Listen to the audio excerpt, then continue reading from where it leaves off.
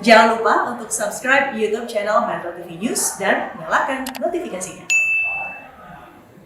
Kita memiliki informasi lain pemirsa, setelah ditutup melemah 0,35% kemarin. Bagaimana pergerakan IHSG di akhir pekan ini, kita akan bergabung bersama rekan Mercy Wijaya dari Studio Bursa Efek Indonesia. Selamat pagi Mercy, bagaimana pergerakan indeks saham pagi ini dan diprediksinya bagaimana sepanjang hari ini?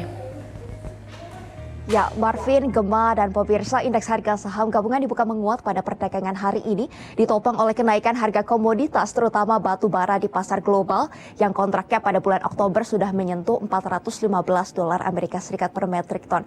Selain itu, penurunan harga BBM yang dikeluarkan oleh Pertamina, terutama untuk yang non-subsidi, ini juga menjadi angin segar bagi pelaku pasar. Meski kita juga masih akan sama-sama tunggu bagaimana kebijakan terkait dengan BBM subsidi. Saat ini kita bisa lihat pergerakan IHSG menguat 0,57% ke level 7.190 dan analis memprediksi pergerakan indeks saham hari ini sebenarnya masih akan cukup fluktuatif.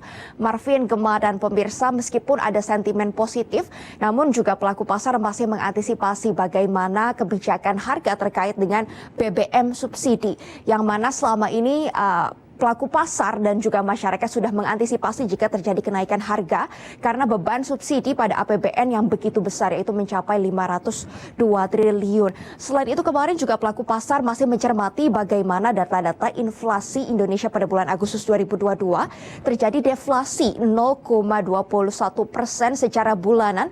Namun pelaku pasar melihat inflasi ini masih cukup tinggi jika dilihat secara tahunan, yang mana inflasinya mencapai 4,69% di bulan Agustus 2022. Dan kalau kita lihat secara global, pelaku pasar ini juga masih menunggu bagaimana kebijakan The Fed terkait dengan suku bunga acuan di bulan September 2022. Oleh karena itu, pergerakan indeks global di Amerika Serikat, Eropa, dan Asia ini cukup fluktuatif, bahkan cenderung melemah. Di Amerika Serikat, indeks Dow Jones dan S&P 500 bergerak menguat, namun indeks Nasdaq Composite melemah 0,26% pada perdagangan kemarin.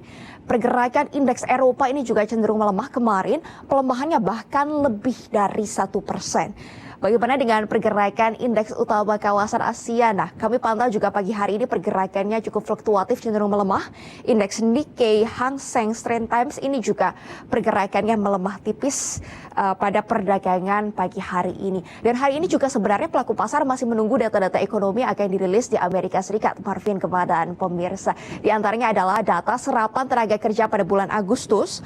Prediksinya akan ada 318.000 serapan tenaga kerja atau lebih rendah dari bulan Juli 2022, dan data ini diperkirakan akan mempengaruhi kebijakan The Fed terkait dengan suku bunganya di bulan September ini. Selain itu, perkiraan tingkat pengangguran di Amerika Serikat juga masih akan stabil di kisaran 3,5%. Oleh karena itu, pergerakan indeks prediksinya masih akan bergerak cukup fluktuatif hari ini antara 7.099 sampai 7.223. Marvin dan Gemma.